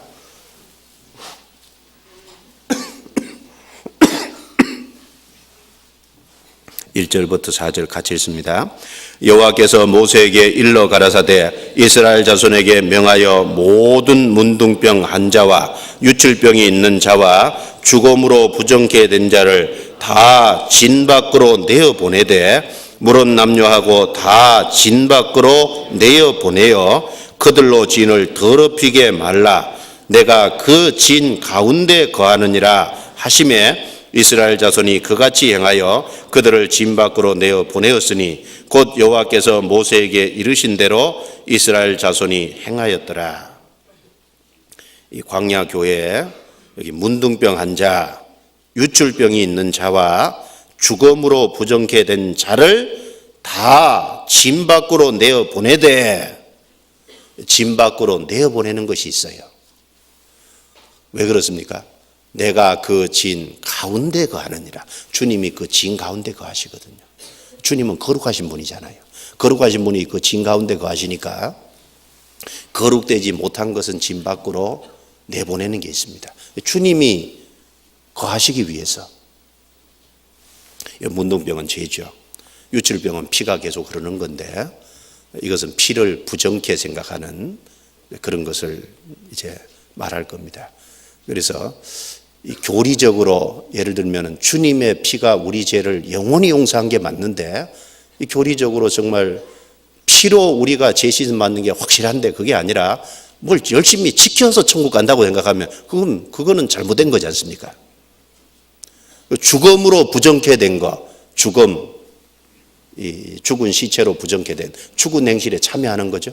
그런 경우는 다 진 밖으로 내어보내라. 내가 그 진 가운데 거하느니라. 주님이 깨끗하게 하는 역사가 있어요. 레위기 14장에도 보면 이 교회는 돌집인데 구약에 돌집이 있을 때 그 돌집에 색점이 바라면 그 색점이 바란 걸 제사장이 확인하고 7일 동안 표시했다가 다시 확인한 후에 분명히 문둥병이 맞다 그러면 돌을 빼내고 내버리고 다른 돌로 대신 끼워 넣었죠. 그 신약은 하나님의 몸된 교회거든요. 신약시 하나님의 몸된 교회 안에 구원받은 사람은 전부 다 하나하나의 각각의 돌들입니다. 그런데 신약에 진 밖으로 내보내는 경우가 어떤 경우일까요? 두 경우가 있을 겁니다. 성경에 고린도전서 5장에 보면 적은 누룩이 온 덩이에 퍼지느니라. 그 말할 때 첫 번째는 도덕적으로 큰 죄를 지었을 경우. 고린도전서 5장에 보면은 어떤 사람이 자기 계모를 취한 거예요. 그리고 그 죄를 안 돌이켜요. 이 악한 자는 너희 중에서 내어 쫓으라. 도덕적으로 큰 죄를 짓고 그걸 안 돌이키면 내어 쫓으라 그랬거든요. 또 갈라디아서 5장에 보면은 교리적으로 잘못됐을 때 거기도 적은 누룩이 온 덩이에 퍼진다 그랬죠. 주님의 말씀으로 주님의 피로만 구원을 받는데 피가 아니라 율법도 지켜야만 구원을 받는다고 잘못된 교리를 가지고 들어왔을 때 그걸 정리하라고 되어 있지 않습니까? 그러니까 도덕적으로 큰 죄를 짓고 또 그다음에 교리적으로 큰 죄를 지었을 때 그 빨리 돌이켜야 돼요. 돌이키지 않으면은 주님께서 결국은 정리하시는 게 있죠. 깨끗하게 하는 역사가 있습니다. 왜냐하면 주님이 그 가운데 거하시기 때문에 그렇습니다. 그리고 광야교회는 위험한 요소가 3가지 있었다고 되어 있습니다. 광야교회에 위험한 것이 3가지 있었거든요. 뭘까요? 첫 번째는 불뱀과 정갈이 있었다고 되어 있습니다. 그 다음에 두 번째는 광야교회는 아말렉 군대가 계속 와서 이스라엘 백성들을 쳤죠. 아말렉 군대가 있었습니다. 또 한 가지는 광야교회에 양의 피를 통해서 건짐을 받고 홍해를 통과한 사람이 구성원인데 양의 피와 상관없이 들어와 있는 섞여 있는 무리가 있는 거예요. 그 출애굽기 12장에 보면 그들을 중단 잡족이라 그랬습니다. 그들이 탐욕을 품음에 이스라엘 백성들도 그 탐욕에 유혹됐다 그랬습니다. 섞여 사는 무리가 있는 거예요. 이 3가지 위험의 요소가 있는 겁니다. 그러면 정갈과 불뱀은 마귀의 그림자지 않습니까? 이 마귀가 역사하는 것이 있는 겁니다. 주님이 역사하는 것이 있는 동시에 마귀가 역사하는 것이 틀림없이 있어서 마귀 역사를 조심해야 되거든요. 성경에 신명기 8장입니다. 넘겨보겠습니다. 신명기 8장.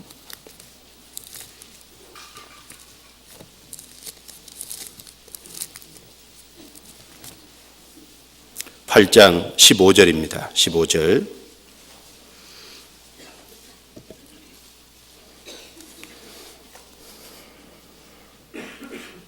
신명기 8장 15절. 너를 인도하여 그 강대하고 위험한 광야 곧 불뱀과 정갈이 있고 물이 없는 간조한 땅을 지나게 하셨으며 또 너를 위하여 물을 굳은 반석에 내셨으며 이 광대하고 위험한 광야는 위험하던 곳이라 그랬거든요. 왜냐하면 불뱀과 정갈이 있기 때문에 위험하다 그랬습니다. 불뱀과 정갈은 마귀 그림자입니다. 신약에 우리가 신앙생활 하는 것이 광야 통과하는 것 같은 겁니다.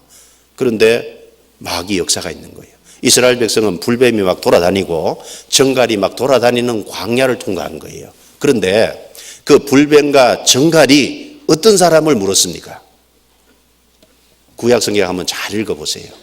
민수기를 한번 잘 읽어보십시오. 그 불뱀과 정갈이 누굴 물었습니까? 누굴 물었어요? 아무나 문 게 아니에요. 원망하고 불평하는 사람들을 물은 거예요. 그게 의미가 있습니다. 하나님이 원망하고 불평하지 않는 사람들, 신앙 안에 있는 사람들은 안 물리게 지켜주셨어요. 그런데 원망하고 불평하는 사람들을 물은 겁니다. 마귀가 어떤 사람에게 역사하기가 가장 좋으냐 하면 원망하고 불평불만을 갖고 있는 사람에게 마귀가 역사하기가 제일 좋은 거예요. 그 사람 넘어뜨리기가 제일 좋은 겁니다. 고린도전서 10장에 보면은 우상숭배하지 말자. 우상숭배에서 3,000명이 죽었죠. 민수기 25장에 보면 음행죄를 지었는데 우리는 저희와 같이 음행하지 말자. 음행하는 그것으로 인해서 24,000명이 죽었습니다. 그런데 광야에서 대부분의 이스라엘 백성들은 왜 엎드러졌어요? 원망하고 불평해서 엎드러졌어요. 맞죠?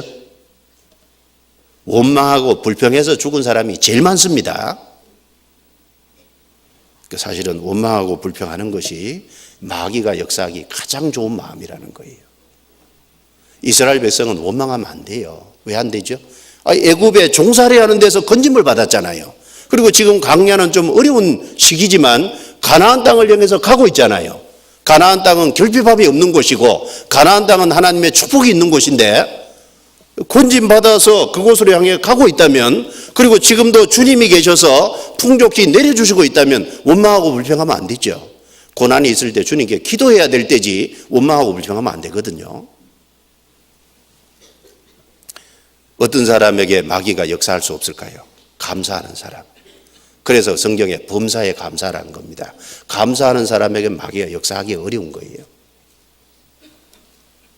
구원받은 사람은 얼마나 감사해야 될까요?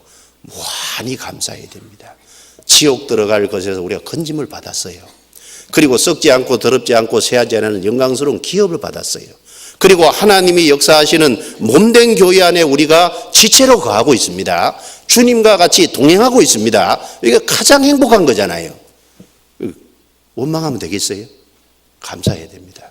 감사하는 그 사람에게는 마귀가 역사를 못할 겁니다. 그리고 아말렉 군대가 있었습니다. 아말렉 군대는 어떤 사람을 쳤습니까? 신명기 25장 보겠습니다. 신명기 25장 17절 18절.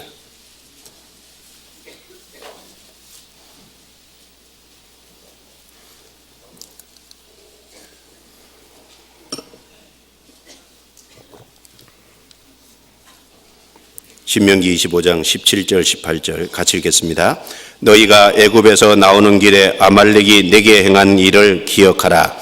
곧 그들이 하나님을 두려워하지 아니하고 너를 길에서 만나 너의 피곤함을 타서 내 뒤에 떨어진 약한 자들을 쳤느니라. 아말렉이 누구를 주로 공격했냐면 내 뒤에 떨어진 약한 자들을 쳤느니라. 무리 속에 딱 거하는 사람은 아말렉이 못 건드렸어요. 뒤에 떨어진 약한 자들을 쳤느니라. 그러면은 하나님이 만나를 매일 내려주셨는데 만나를 제대로 먹었으면 약한 사람이 없어야 되잖아요. 안 먹었으니까 약한 거거든요. 안 먹었으니까. 뒤쳐져서 약한 자들을 쳤어요. 자, 저를 보세요. 만나를 먹고 안 먹고요, 평상시는 잘 몰라요. 별 차이가 없는 것 같아요.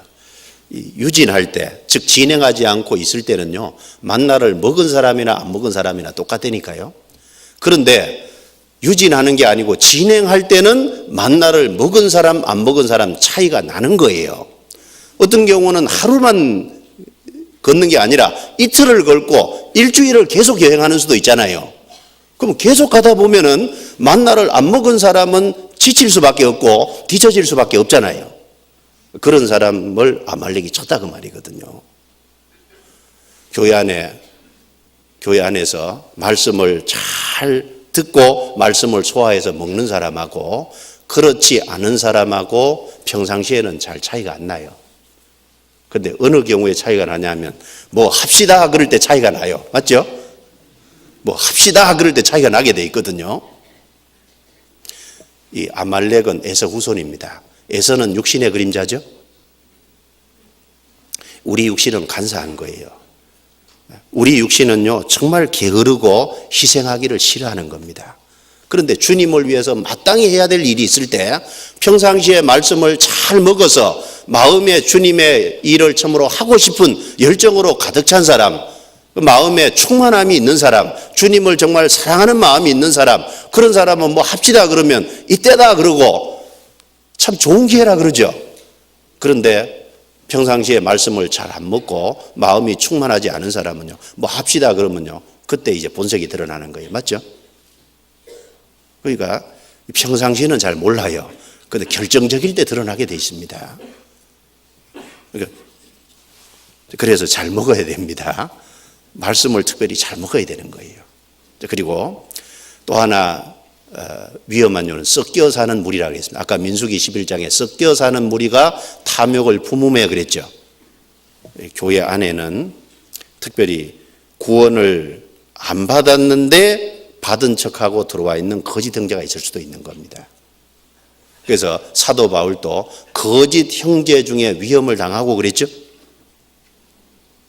가만히 들어온 자 몇이 있음이라. 유다서 1장에는 가만히 들어온 자 몇이 있었다 그랬습니다. 그 사람들이 탐욕을 품음에 이스라엘 백성도 그 탐욕에 동참됐다 그랬잖아요. 확실한 믿음이 없는 사람이 믿음이 있는 척하고 들어와 있을 때, 어떤 이제 결정적일 때 어떤 사람들을 확 한쪽으로 몰리게 할 수도 있거든요. 그러니까 그런 것을 조심해야 된다고 성경에 분명히 얘기하고 있습니다. 위험한 요소가 있습니다. 그리고 하나님이 이스라엘 백성들을 광야로 불러내신, 이스라엘 백성을 불러내신 목적은 군대로 불러내셨죠. 그래서 출애굽기 4장 22절이나 출애굽기 12장 41절이나 보면은 이스라엘 백성을 내 군대라 그랬습니다. 하나님의 군대라 그런 거예요. 하나님이 우리를 왜 구원하셨습니까? 천국 데려가는 것만 단순히 목적이라면 구원받자마자 데려가시면 돼요. 그런데 왜 이 땅에 놔두셨습니까? 우리를 군대로 부르신 거예요. 하나님의 일을 하기 위한 영적인 군사로 부르신 겁니다. 우리는 이 세상이 영적 전쟁터잖아요. 우리는 이 전쟁터에서 마귀의 손에 붙잡혀 있는 잃어진 영혼을 건져내야 되는 책임이 있는 거예요. 교회의 사명은 잃어진 영혼을 건지는 겁니다. 그 교회의 사명. 교회는 군대로 있는 거예요, 세상에. 성경에 에베소서 6장 보겠습니다. 에베소서 6장. 에베소서 6장.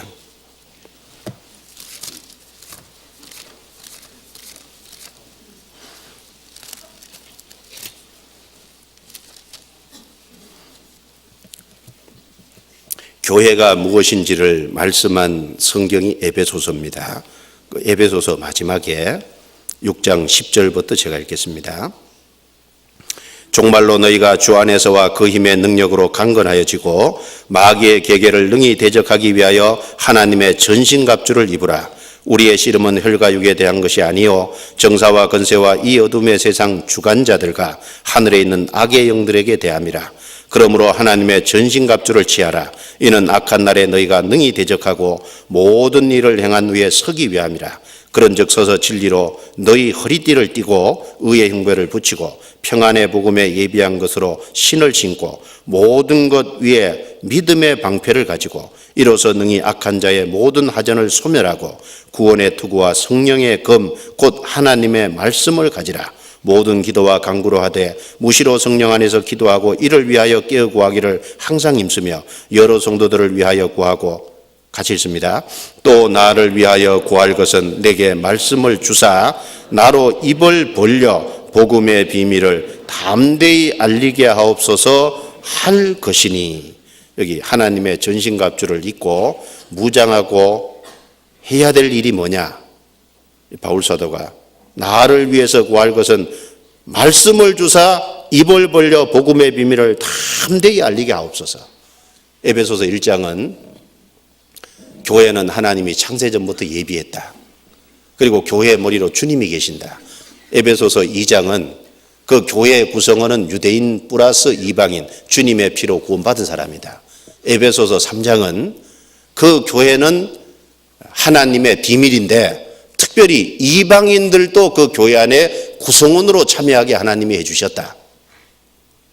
그리고 에베소서 4장에 넘어가면 그 교회 안에는 하나님의 세운 사역자들이 있어서 그 사역자들을 통해서 주님의 몸을 튼튼하게 세워가시는 게 있다는 겁니다. 에베소서 5장은 교회는 그리스도의 신부라는 거죠. 에베소서 6장의 마지막에 교회는 이 땅에 왜 있느냐? 전쟁 위에서 있다는 겁니다.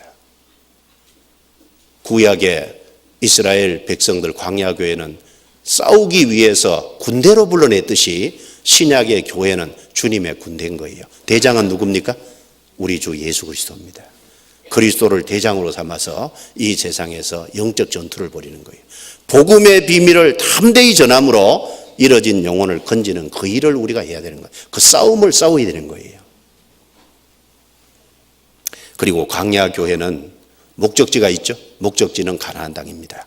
광야가 목적지가 아닙니다. 우리는 이 세상이 목적지가 될 수 없습니다. 우리의 목적지는 영원한 천국입니다. 우린 영원한 천국을 향해서 이 광야를 나아가고 있는 거예요.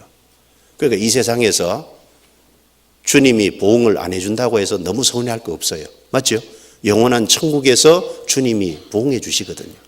우리 목적지는 천국입니다. 이스라엘 백성들은 광야교회 안에 구성원으로 있을 때 그 안에서 하나님의 역사하심도 보고 그 안에서 하나님께 쓰임도 받았죠.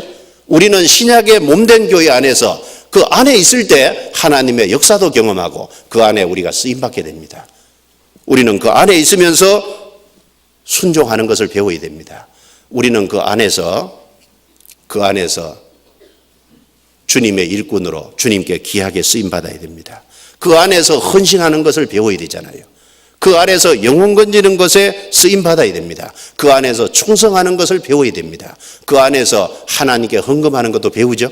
그 안에 있으면서 주님께 귀하게 쓰임받는 거예요. 그리고 그 안에서 주님의 역사하심을 우리가 경험하는 겁니다. 신앙생활은 교회 중심입니다. 맞지요? 교회에서 쓰임받는 게 주님께 쓰임받는 거예요. 그래서 이 교회가 무엇이라는 걸 더 깊이 생각해 보시면 좋겠고, 내가 확실하게 구원받은 것, 그것이 정말 분명하다면 내가 교회 안에 머물러 있어야 될 겁니다. 그 안에서 주님의 인도하심이 있고 그 안에서 쓰임받는 거예요. 그거 틀림없습니다.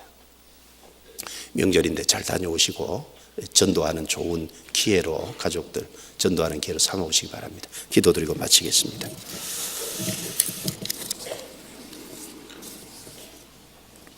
자비로우신 주님 감사합니다. 오늘 광야 교회를 중심으로 교회가 무엇이라는 것을 또 배울 수 있도록 도와주신 걸 감사합니다. 배운 말씀이 헛되지 않고 우리의 마음속에 심길 수 있게 해주시고 그 말씀을 더욱 묵상함으로 내가 어떻게 행해야 될지를 더욱 깨달아 알 수 있도록 도와주옵소서. 형제 자매님들 살아가는 삶 또 가정의 모든 일 가운데 함께 하셔서 영육 가운데 필요한 것으로 채워주시고 주님을 의지함으로 진리 가운데 늘 걸어가게 주옵소서. 이번 설 연휴를 통해 가족에게 전도할 수 있는 좋은 기회로 삼을 수 있도록 각 사람을 이끌어 주시고 또 죄짓는 자리에 서지 않도록 주님께서 도와주옵소서. 오고 가는 그 모든 걸음도 주님께서 함께 하셔서 도와주옵소서. 우리를 구원해 주신 주 예수님 이름으로 기도드리옵니다. 아멘.